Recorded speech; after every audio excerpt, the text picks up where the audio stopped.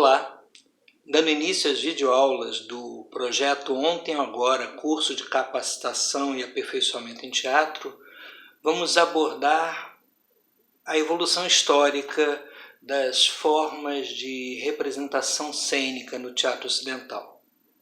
Nesse primeiro vídeo, vamos tratar do teatro greco-romano. O teatro grego nasce dos rituais de fertilidade, os rituais ao deus Dionísio. Então, festivais em homenagem a Dionísio, deus do vinho, da vegetação, do crescimento, da procriação, da vida exuberante. Essas festividades ritualísticas, elas não tinham ainda uma característica de arte autônoma, ou seja, não era um caráter tanto de arte, mas sim de ritual. Essas festividades rurais, elas aconteciam geralmente no mês de dezembro, que eram os festivais de prensagem de vinho, ou seja, reunia-se várias pessoas numa festa, e nessa festa iam se realizando o amassar das uvas para se produzir o vinho. Essas festas aconteciam em torno de uma área plana, circular, que era o que se chamava então de orquestra. A orquestra aqui se refere ao espaço onde essas danças se desenvolviam, essas danças, esses cantos do ditirambo. Ele, em algum momento, ele se coloca à parte do coro, ele se destaca, ele se torna um solista, ele vai passar a responder ao coro, a dialogar com o coro. E aí isso dá o nome de Hipócrates, que é o respondedor, aquele que fala com o coro. Aí é uma gravura que mostra uma festividade dionisíaca em Atenas, acontecendo em encosta de uma colina, no santuário de Dionísio, perto ali da Acrópole. O espaço onde essas festividades acontecem, eles se erguem em torno desse círculo, né? O círculo de dança. Você tem ali no meio uma tímile, que é uma espécie de altar para sacrifício. Então, isso reforça o caráter ritual desse tipo de manifestação. A tragédia é um gênero que precede o próprio teatro, né, porque ele nasce com o próprio ritual de homenagem a Dionísio. Trata da negação humana diante da finitude de heróis e mitos, cada vez mais afastados pela organização social grega. A racionalidade grega, no que vai se organizando em termos de poder, de estrutura social, ela vai progressivamente se afastando dos mitos. Isso acontece também com o próprio teatro grego. Os autores gregos, na medida em que eles se sucedem, eles vão cada vez mais usando os mitos, as histórias dos deuses e heróis, como referências, mas perdem um pouco o grau de ritualidade, de ligação religiosa com essas histórias e com esses mitos. Tais heróis voltam na representação trágica em forma de espírito ressuscitado, motivados pelo cidadão grego. Através das histórias lendárias dos heróis, a tragédia trata da nova ordem urbana, falando em destino, oportunidade e livre-arbítrio.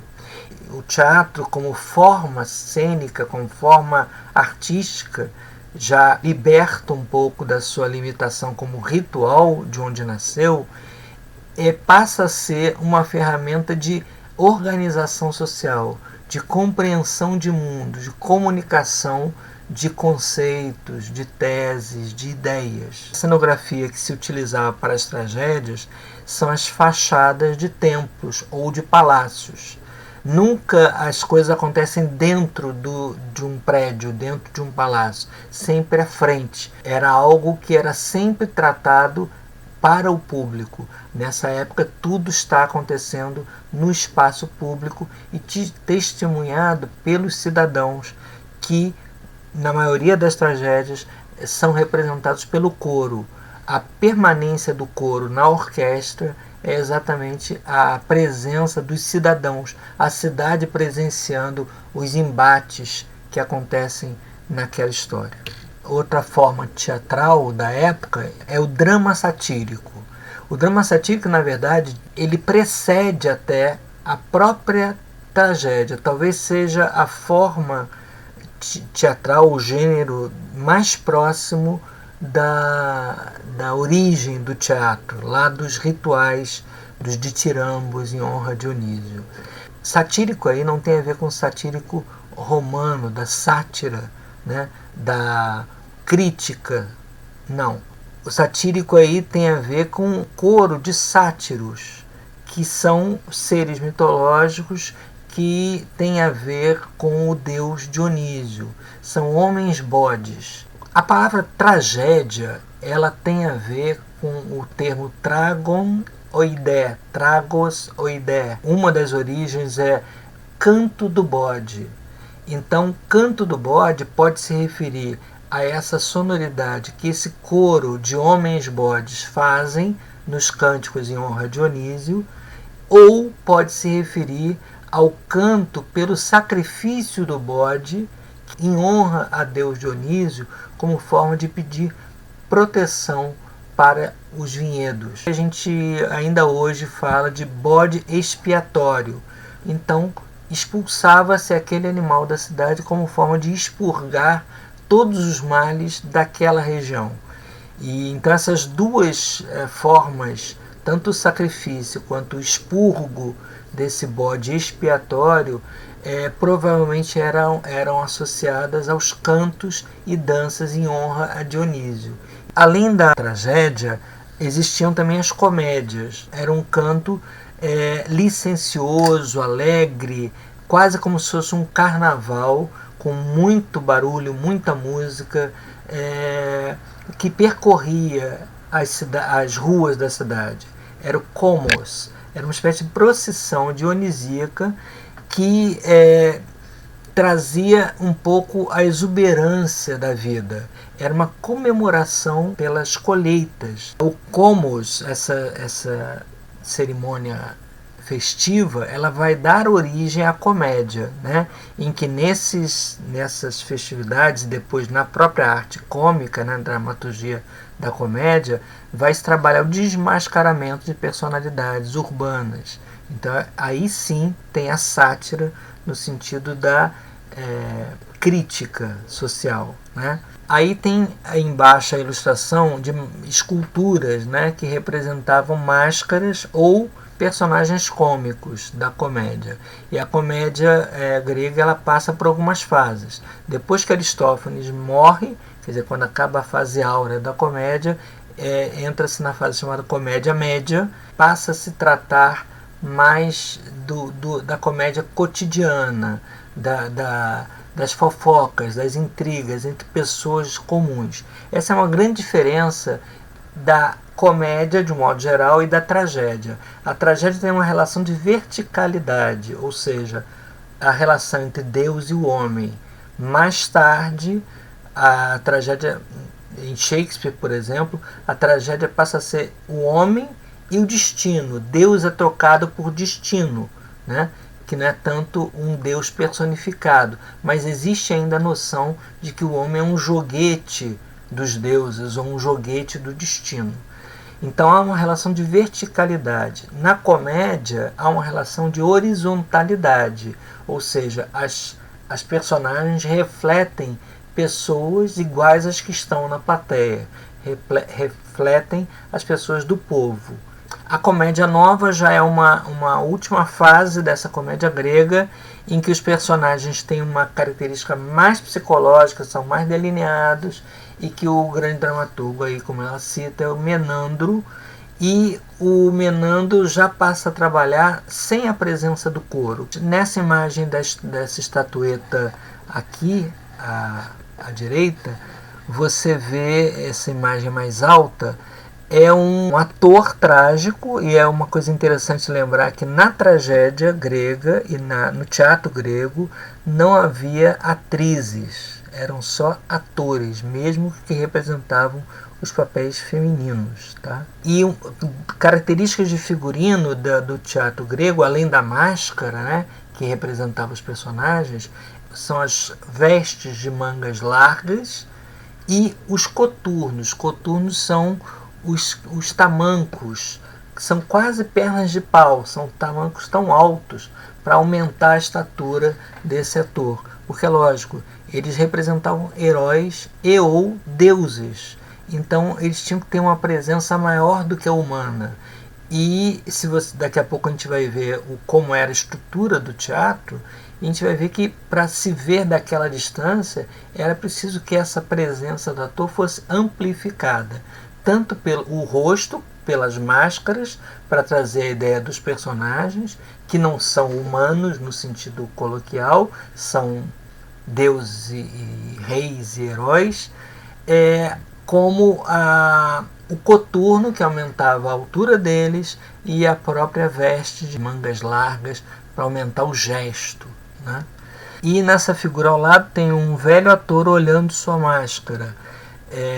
Isso é um fragmento de uma ilustração que está num vaso, numa cerâmica. Esse gesto do ator olhar a máscara é uma coisa muito interessante, porque disse que, como continuava a ideia do teatro ser um ritual, havia um longo tempo de preparação em que o ator, antes de entrar em cena, ele olhava para sua máscara para perceber e incorporar o espírito da máscara. As instalações primitivas do teatro, antes de ser um teatro construído em pedra, eram construídos em madeira.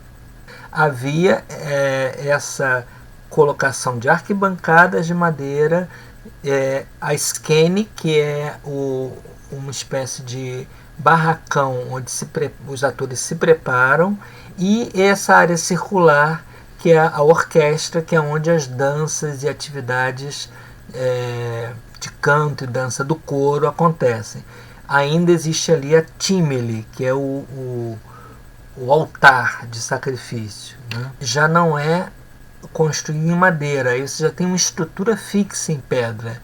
Então há uma evolução dessa representação e mantém-se ali a tímele, o altar de sacrifício, que depois passa a ser apenas uma marca no chão, porque passa a ser algo simbólico. Já não se faz mais o sacrifício durante a representação da tragédia, e essa tímile simbólica passa a ser só uma referência da circularidade, onde o coro evolui. Atrás você vê nessas pilastras, nessa plataforma, o lugar onde acontecem as cenas, que a gente vai ver mais à frente. Importantíssimo é a relação da plateia com esse espaço cênico, né? Aí você vê, tem esses nomes, né, esses corredores, havia uma arquitetura super sofisticada, como se fosse um estádio de hoje em dia, né, que tem uma concepção originada aí, nessa época. Mantém-se ali a orquestra, tem ali um ponto ali no centro que é a tímile. Aqui nesse pontilhado você tem o lugar da skene, que é o lugar onde os atores se preparam e onde acontece a representação. E você vê que nesse corte aí dessa imagem, a arquibancada está construída sobre uma colina. Eles aproveitavam a formação natural da colina para construir a arquibancada, não só por uma questão de estrutura desse prédio, como também por uma relação com a acústica. Aproveitava-se a acústica natural que se tem nessas depressões próximas de colinas. Além disso, havia uma relação muito forte com a natureza. Isso é importante. A gente vai ver em fotos à frente, a representação teatral tinha uma conexão com a paisagem natural que circundava esse espaço. Aí você vê um outro ângulo em que você já vê ali a parte da cena propriamente dito, né? Essa área circular, que é a plateia, dava-se o nome de teatron. Teatron quer dizer lugar de onde se vê. E daí a palavra teatro. O teatro, a palavra tem a ver com a própria posição, a própria situação de plateia. É lugar de onde se vê. Porque o fundamental nessa forma de ritual que se transforma em arte é a possibilidade de que o teatro seja um lugar de debate, onde se vê aquilo que se propõe, que se debate, que se mostra. Orquestra é o lugar do desenvolvimento do coro, como a gente já explicou. Skene É a antiga tenda, aqui na forma original de barraco de madeira, era um barracão onde os atores se preparavam. Aí é a esquene, que fica logo atrás do prosquênio. O prosquênio é aquela plataforma que fica de frente para o teatro, de frente para a plateia. Esse termo proscênio vai dar origem ao que a gente hoje chama de proscênio, que é a parte que fica no palco à frente da cortina, né? Então aí não, aí o proscênio era a própria cena, era o lugar elevado da cena. A esquene, que seria a tradução de cena, é o espaço que está atrás, né? São os bastidores. E o proscênio é o lugar da própria cena. Praticável de madeira, onde evoluíam os atores. Aí são ruínas do Teatro de Dionísio, em Atenas. Você vê a dimensão que o teatro tinha para se construir naquela época, um espaço desse que permanece, as pedras, a estrutura permanecem até hoje. Aí a ruína do Teatro de Delos. Você vê bem desse ângulo aí, como se fosse da plateia, a relação com a natureza lá, o mar, né? Então a pessoa estava numa atividade que tinha um quê ainda de ritual, ela estava falando de deuses e que estava vendo o panorama da natureza. Essa relação com a natureza é muito forte no teatro grego e ela vai se perder no teatro romano, que a gente vai ver depois. Mais uma visão aí do Teatro de Epidauros. Você vê a natureza aí, que aí não é um mar, é uma montanha, uma vegetação. Outro ângulo da ruína do Teatro de Epidauros. Um professor meu da Unirides, que visitava a Grécia com alguma frequência, ele dizia que se você deixasse cair uma moeda no centro da cena do Teatro Epidauros, ainda hoje ele em ruína, e se você estivesse lá no alto, você ouvia o som da moeda caindo. Ou seja, isso indica a preocupação com a acústica. Óbvio que não havia microfone, as máscaras já tinham uma função também de amplificar a voz, porque a boca das máscaras gregas era em formato de corneta, né? Então isso já ajudava a amplificar a voz, criava uma câmara de amplificação entre a máscara e o rosto do ator, e a boca em corneta ajudava a amplificar, a focar o som. Essa ilustração aqui é uma representação de uma encenação da peça As Rãs, uma comédia de Aristófanes. Alguns elementos da estrutura cenográfica do teatro grego então, são os prismas que giram sobre um eixo.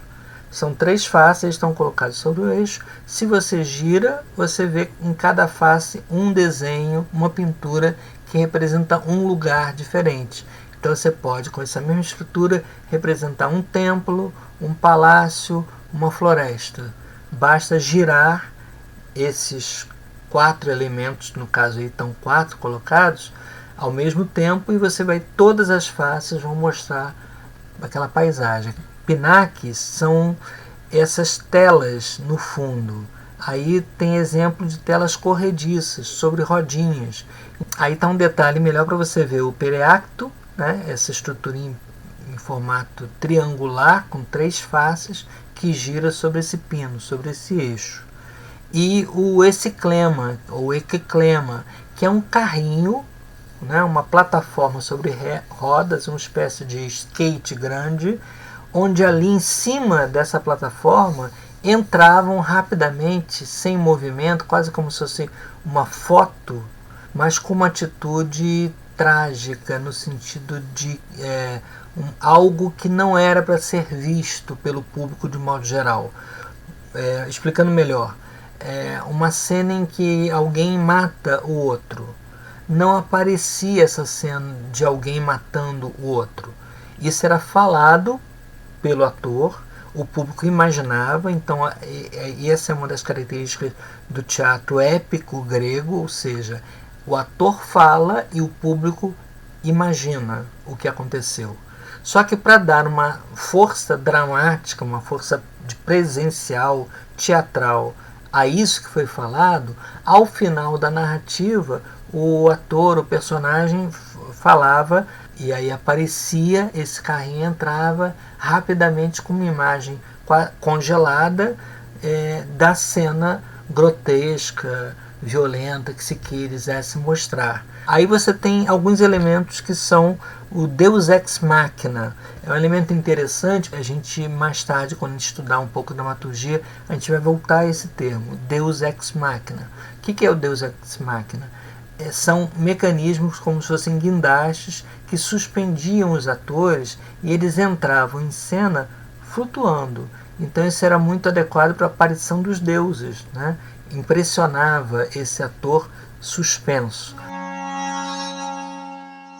Bom, o teatro grego é um mundo, então tem muito mais coisa aí que a gente não pôde entrar em detalhe, né? Vocês têm a bibliografia para avançar se quiserem ter mais informações, mas o que importa é a gente registrar essa forma do espaço cênico e a dimensão que ela já nos sugere quanto à importância que esse fenômeno, esse acontecimento teatral tinha para aquela sociedade, porque ainda estava muito próximo também à sua origem ritualística, à sua relação com a religiosidade. Teatro romano, princípios arquitetônicos e cenográficos. Também é um trabalho produzido pela professora Lídia Kozlowski. A cultura romana herdou boa parte da cultura grega. Os romanos formaram um império, eram conquistadores. O teatro romano ele não teve uma grande invenção, não foi um teatro criativo, ele foi uma adaptação da cultura grega. Para os romanos o teatro era um divertimento, uma forma de lazer, não era uma arte para ser levada a sério, ou seja, não tinha a mesma relação de religiosidade e de importância de debate que tinha para o teatro grego. A gente pode dizer que o teatro grego tinha uma certa estagnação em termos físicos. Não era um teatro que empolgava os olhos, era um teatro que atiçava as mentes. O espectador se colocava no lugar daquela encenação, como até hoje esse é o princípio, né, de você se colocar no lugar ou refletir à distância sobre o que você está vendo. No caso de Roma, muito mais forte do que o teatro era o apelo a esses outros eventos que ocupavam muitas vezes o espaço do teatro antigo, mas eram eventos ligados muito mais ao que hoje a gente chamaria de esporte do que ao teatro. Então, a dramaturgia romana ela vai começar a partir de textos gregos, tradução do grego para o romano. A religião romana era a mesma religião grega, basicamente, né? Vários deuses, só com nomes adaptados, praticamente com as mesmas características. O teatro romano, então, passa a ser um instrumento de poder, né? Por isso a grandiosidade, por isso o apelo para a força, para a violência, que era uma forma de mostrar o poder. E o próprio teatro mesmo, que impressionou os primeiros imperadores romanos, ficaram impressionados com o teatro grego, a grandiosidade dos teatros gregos, e quiseram trazer essa referência para Roma. Só que a gente sabe que no começo não era permitido que os teatros ficassem permanentes, não eram teatros de pedra, eram teatros de madeira e sempre sendo destruídos após o término dos Ludi Romani. Enquanto na Grécia havia um desenvolvimento da tragédia nos festivais, Roma aproveita para fazer a mesma coisa, associa o fenômeno teatral, os eventos teatrais, a esses programas de festividades, esses jogos. As fases do teatro romano. Há um teatro nativo, né, que já existia e que está ligado a uma coisa que vai ser importante para a gente mais à frente, que é a farsa atelana. Atelana porque é da região de Atela. A dramaturgia, ou seja, a preocupação com a peça escrita, como nos modelos gregos, era algo mais destinado para as classes sociais mais elevadas. E aí a gente então encontra uma contraposição aí que é entre leitores e espectadores, né? Os leitores era a classe mais dominante e os espectadores era a classes mais baixas. E a gente tem que lembrar que um dos princípios de domínio do governo romano, do Império Romano, era a ideia de pão e circo, ou seja, é como se para dominar e para manter a população satisfeita basta dar pão, ou seja, alimento, e circo, entretenimento, divertimento. Daí o surgimento de tantas atividades ligadas a essa fisicalidade, a esse envolvimento visceral, corporal do espectador com as atividades esportivas e artísticas também. E nesse teatro italiano primitivo, né, a gente tem essa forma teatral que é chamada de farsa atelana e que permanece ao longo do Império Romano como um entretenimento popular de rua, né, nas praças. Aí você tem personagens tipo. A farsa atelana e esses tipos aí são importantes a gente registrar porque eles vão ser a base da comédia dell'arte lá na frente, lá nos anos 1400 depois de Cristo. Então esses elementos aí vão permanecer de alguma maneira no subterrâneo, a gente vai ver isso no teatro medieval, e depois eles vão ressurgir. A matriz da comédia dell'arte se encontra aí, em termos dos tipos dos personagens. Os edifícios teatrais eram feitos inicialmente em madeira, só em 55 anos antes de Cristo é que vai ser construído o Teatro de Pompeu, exatamente pelo imperador Pompeu, e os teatros eram temporários, basicamente uma plataforma de madeira com um pano ao fundo. É muito próximo do que seria o nosso palco hoje, né? Aí você vê estruturas de madeira fazendo as arquibancadas, né, com a cena à frente. Ainda há uma plateia em semicírculo, mas já há uma relação maior de frontalidade. A orquestra, aquela área circular no meio da plateia, onde o coro se desenvolvia, já perde sua função no teatro romano. Em 55 anos a.C., o imperador Pompeu, cria um estratagema para fazer com que um teatro de pedra fosse construído e fosse mantido, sem ser destruído. Porque havia um impedimento que esses teatros fossem mantidos. Eles tinham que, terminados os jogos, eles tinham que ser destruídos. Só que, muito impactado com as construções gregas, ele resolve trazer a ideia do teatro permanente, do teatro de pedra, para ficar como demonstração do poderio romano. Só que não podia se construir teatro fixo. Então o que ele faz? Ele cria um estratagema, um truque. Ele cria um templo de a deusa Vênus, né, no alto da arquibancada, como se a arquibancada fosse uma escadaria para chegar ao templo.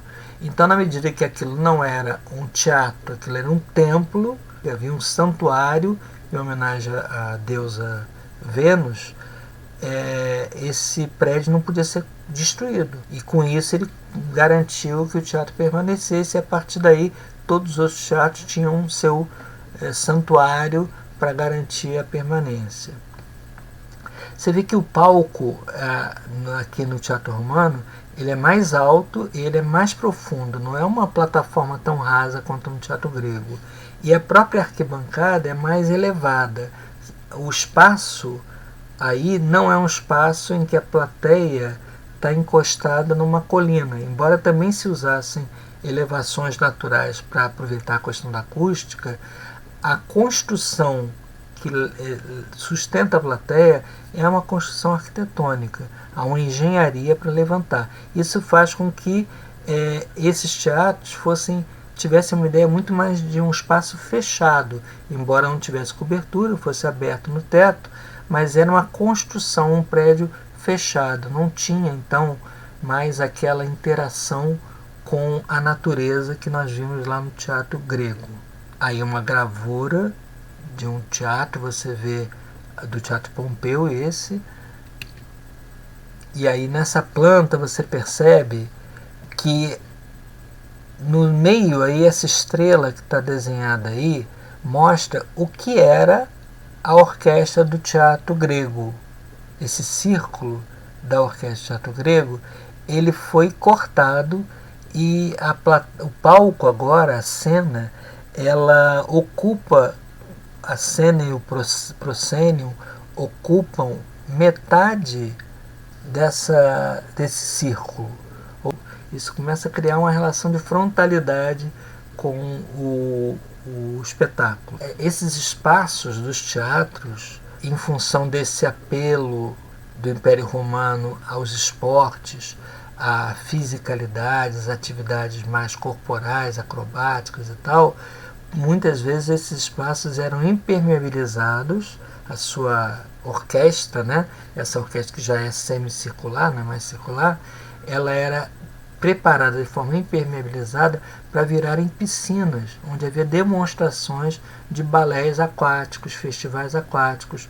Como Roma conquistou um império, você tem ao longo de vários lugares da Europa, inclusive em alguns lugares da Ásia, exemplos de construções de teatro romano, porque eles levaram essa cultura para as outras possessões do seu império.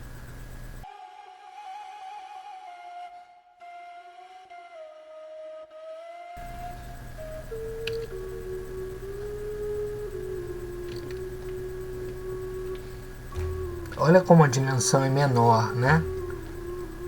A relação do espaço com a natureza não existe tanto, é tudo mais fechado.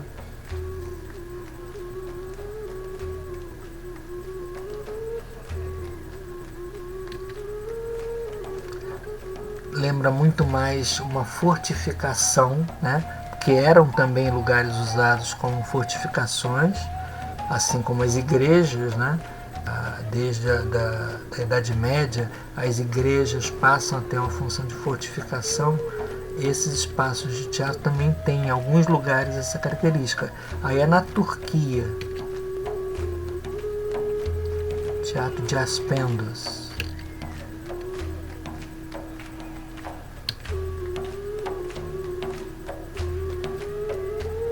Seguindo aquela ideia do acrobático, do esportivo, do físico, há uma transformação também do edifício teatral em arenas, né? Onde a gente via combates de gladiadores, com feras, enfim, todo tipo de atividade física, esportiva, mas tratada como espetáculo.